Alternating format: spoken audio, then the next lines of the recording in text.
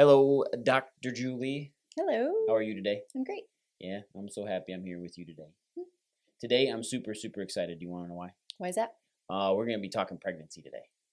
Okay. So I cannot wait. And in fact, I don't even know the title of this podcast yet, but we're talking pregnancy. So let's go.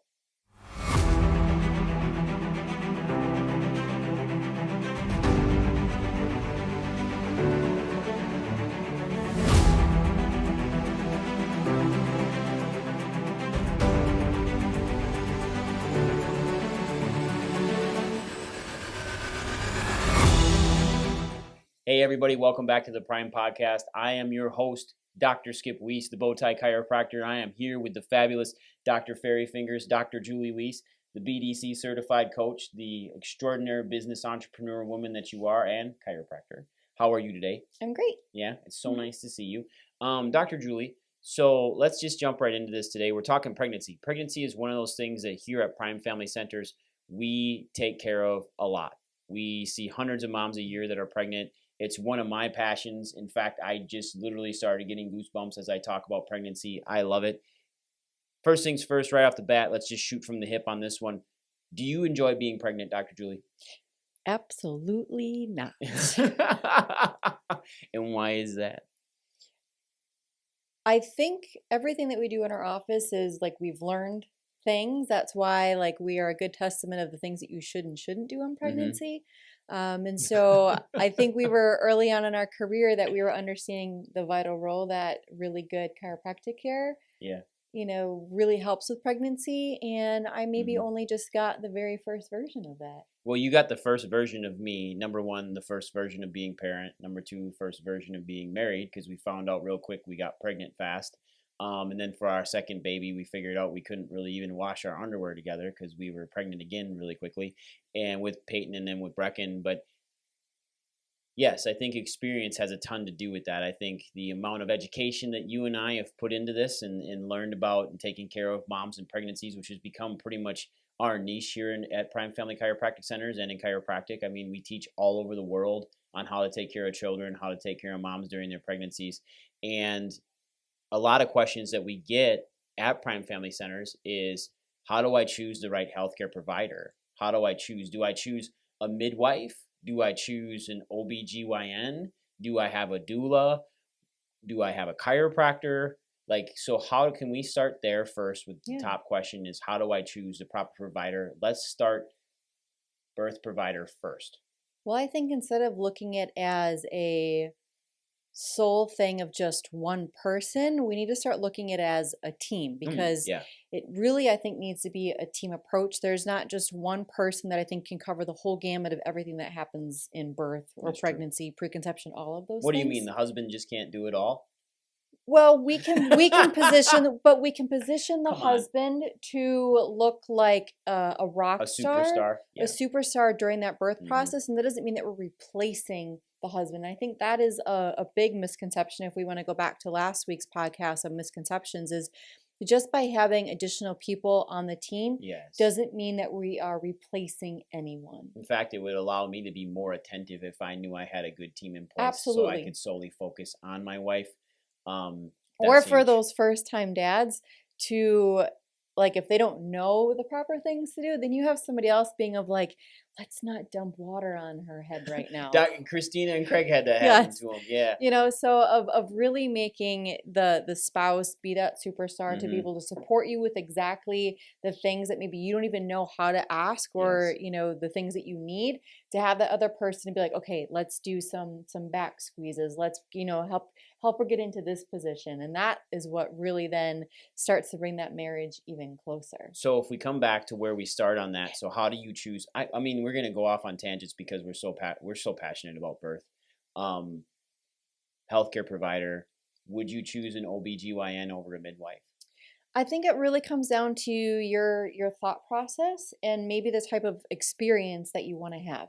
There are good and bad in every profession. I think it's you really definitely need to do your research on OBGYNs. So let's start there. I mean, at the core of it, an OBGYN is trained surgically. Yeah, And so that is board-certified their, surgeons. that is their surgical approach. Mm-hmm. And so I think that is where this shouldn't be just who's covered in my insurance, if that's an option. Right. You really need to do that research, because if you are down the camp that I want to have a hands-off, no inductions, just like, I just want to be able to show up at the hospital, hands-free type of approach to birth, you can't then choose a provider that 98% of the births that he or she does ends up in a C-section. Well, if you think you're going to have a birth like Cinderella, where you're going to stand there and birds are going to chirp and squirrels are going to run around and it's going to be absolutely magical and a fairy tale, chances are having a very medical minded person as your birth provider isn't going to mesh well with that birth plan.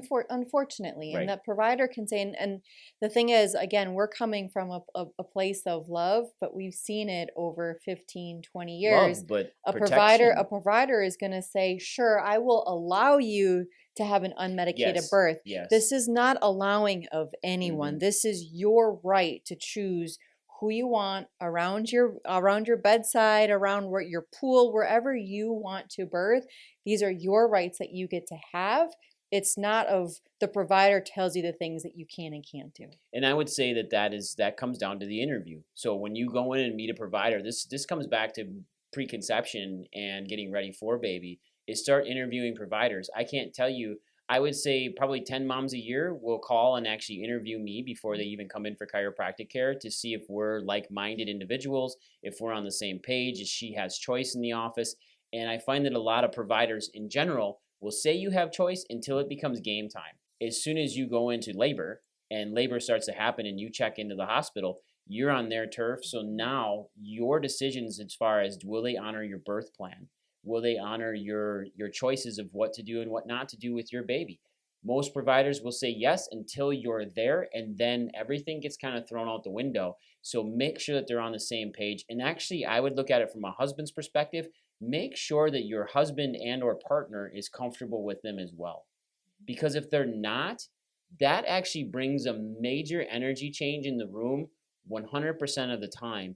And what I've noticed is that when you weren't comfortable with a nurse being in the room or the healthcare provider, everything changed. Your labor slowed down, everything changed. But as soon as that person left, your heart rate changed, your blood pressure changed, your labor sped back up. Same thing if I didn't like the provider, things change there as well. So dads and spouses, you have to be comfortable with who your wife is seeing as well, because you're going to be in the room. The energy is going to be there. You all have to be on the same page and have a team involved. And I think if we continue that, a big misconception is you show up, you automatically have to take those things that are being given to you. And so that comes to the nurses in the room.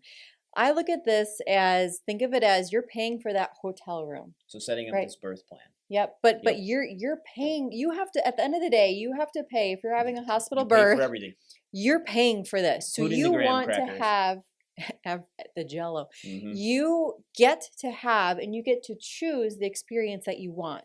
So if that person walks into the room and is not the right fit for you, you can politely ask for, okay, I'd like to have a different nurse. Yep. You might get a little attitude back.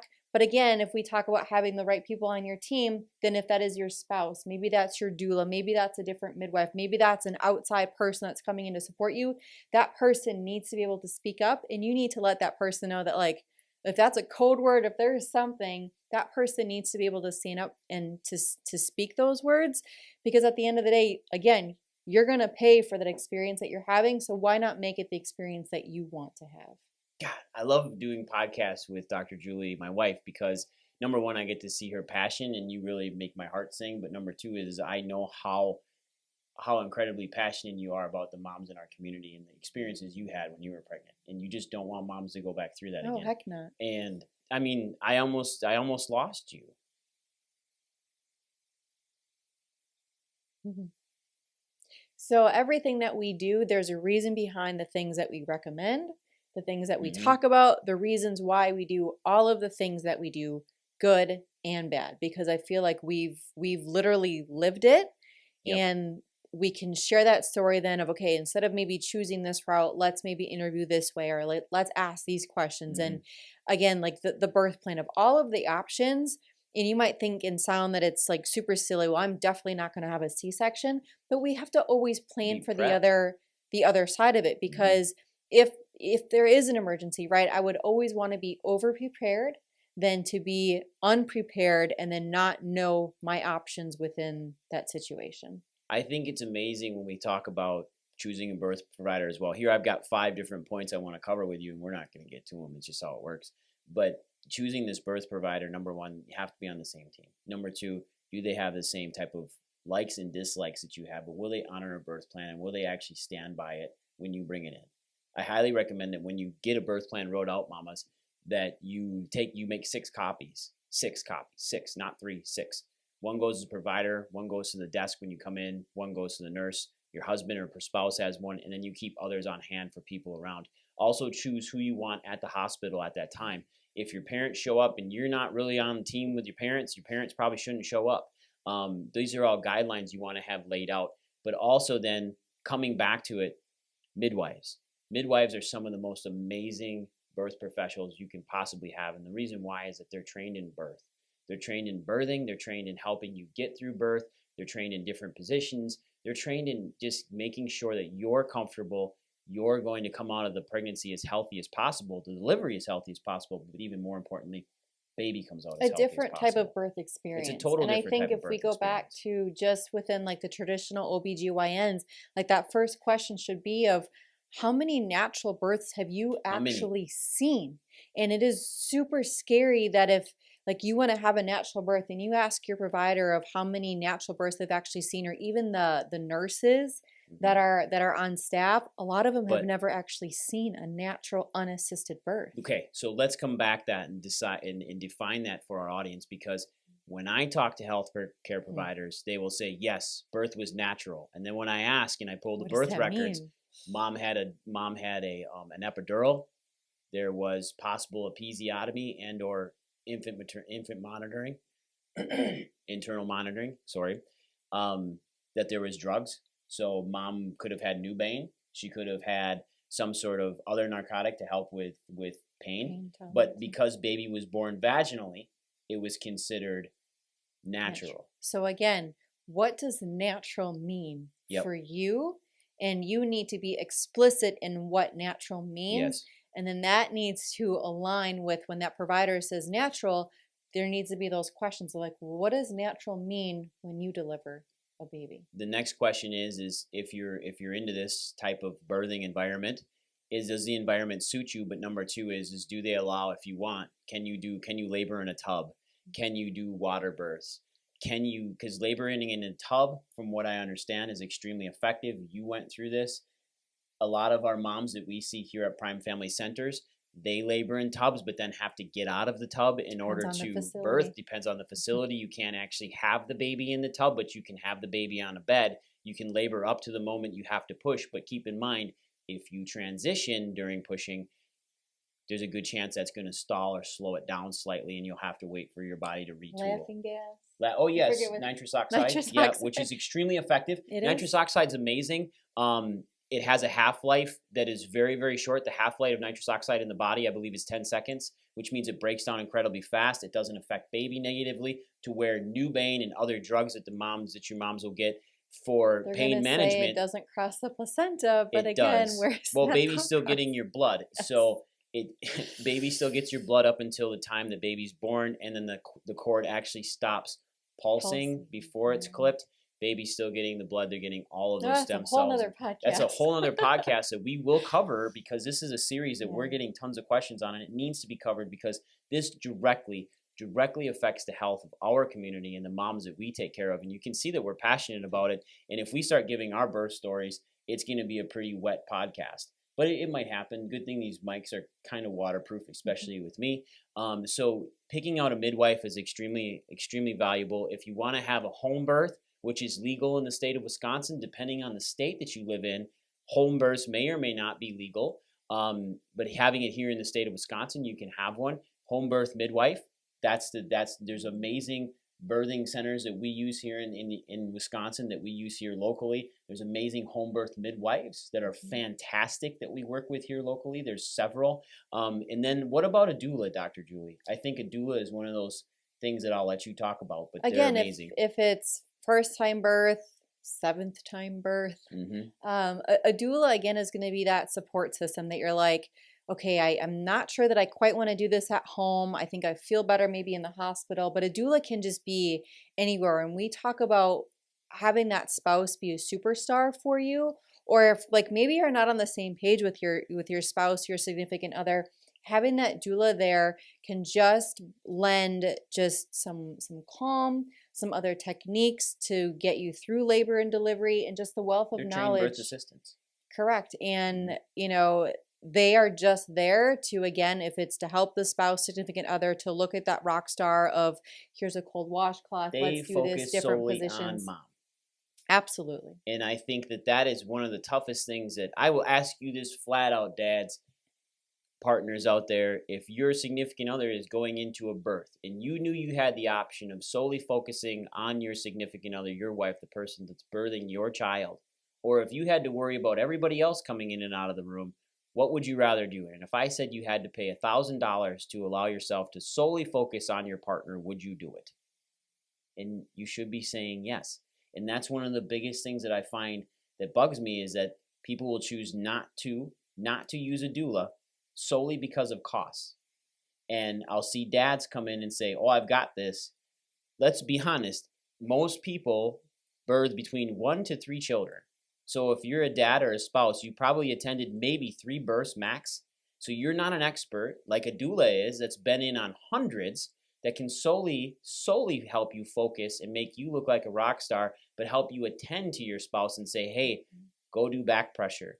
Help me do this hip squeeze. Here's how you birth dance with your wife. Here's how you get into the rhythm and move things back and forth. Here's how you keep people out of the room where a complication comes up to help you vet okay, what's the next process? Because like if we go back to a hospital birth, you're put on a timeline and they're going to come in sometimes and like make you feel like you're forced to make a decision in that 30 seconds. And I like what we teach our moms is, you know what? Let me think about it.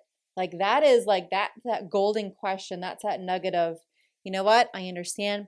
Give me a few minutes. Let me think about that, because then that allows that if it's the nurse, if it's the OB, just that minute. Okay, they got the information. Now they can leave. Now you together as a unit can then decide and think through. But man, if you have that other birth professional there, you have that doula there that can help you go through the pros and cons in a more calm and relaxed environment, rather than, okay, we got to put this fire out right now, you're going to come to a better decision. You will, because you think clearly. When you're put in a stress management position, we're not going to go all neurological, but basically you don't think with normal thoughts. Yeah, and then cortisol, then it affects the baby. Then we go down the cascade that they're wanting to have. Put stress on baby. Yes. And then you hear the rapid D cells and X cells of the heart rate. All the beepers are going off. Yep, and then we're talking cesarean and all those other things. And that's having the good birth provider, a good birth team, and an amazing doula. And moms out there, drop questions into the feed, into the comments. Email us as well, Dr. Skip, Dr. Julie at primefamilycenters.com.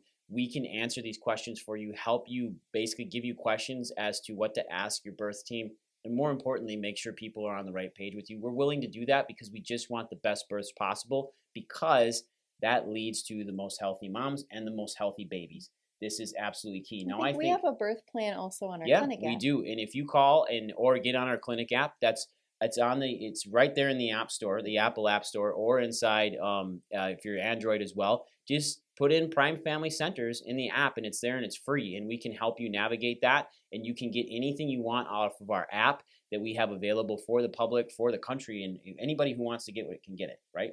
Which is awesome. Now, I think there's one question that not a lot of moms ask. And I would ask your provider, if you're choosing to do see an OBGYN, this standard of care, I would ask, what are your dystocia rates, which is the slowing of birth? How long does it actually take to birth a baby? How much time do I have if you break my water? Do you allow my water to break naturally, or will you break it yourself? And then what is the time allotment that baby has to be out? Usually it's 12 hours. After water's broke. And then what is the VBAC percentage that you have, or what is the cesarean percentage? You will be surprised, depending on the provider, what their cesarean percentage is. And it can alarm you very, very heavily when you start seeing that percentage is well above 50% that these moms end up in cesarean because of speeding up, slowing down, things being on the clock, too much stress in the mom's life when mom goes into birth, or just the environment itself. And again, this isn't a pro or a negative against hospital birth, OBGYN. Yep. This is not that many of our friends are within the profession. It's, again, arming yourself with the knowledge, the education, the questions to ask.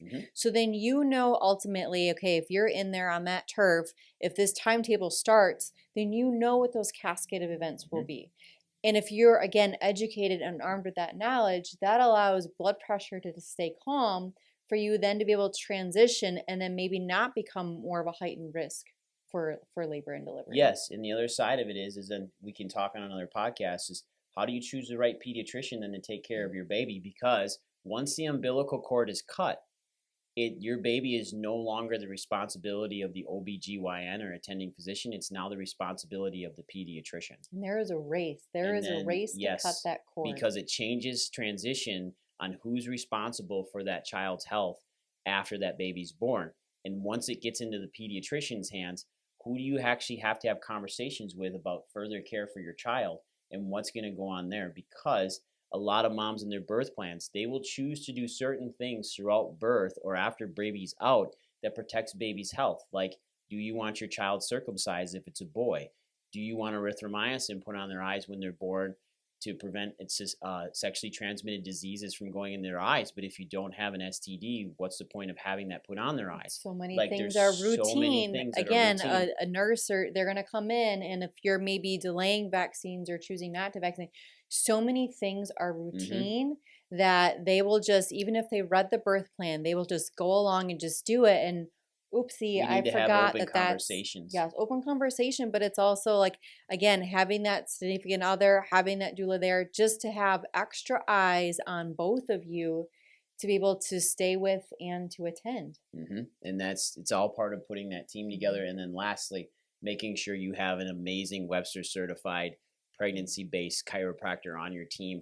I think that can be the most vital thing for a mom to have during pregnancy and delivery.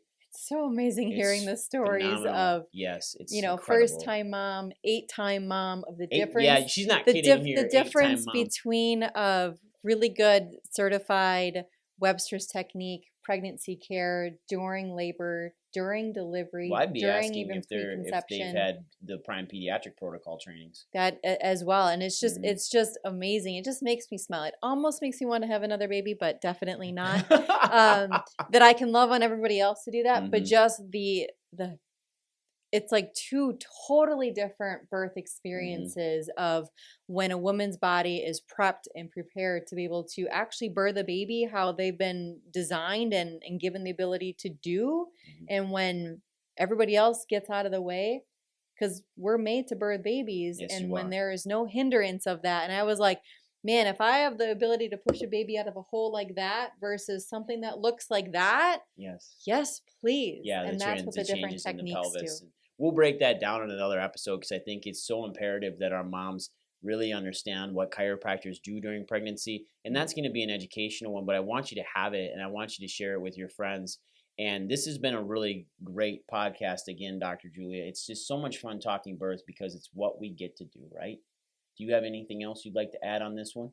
Oh, I could go on forever. I know. We've got more points, and that's going to be the next one. We'll go into more of these points on what to do during your pregnancy, from nutrition to, we already covered the birth team and picking your provider. So if you need anything, leave it in the comments below. Subscribe to us. Share this to your friends. Go out there. Get it done. Take care, everybody. Bye.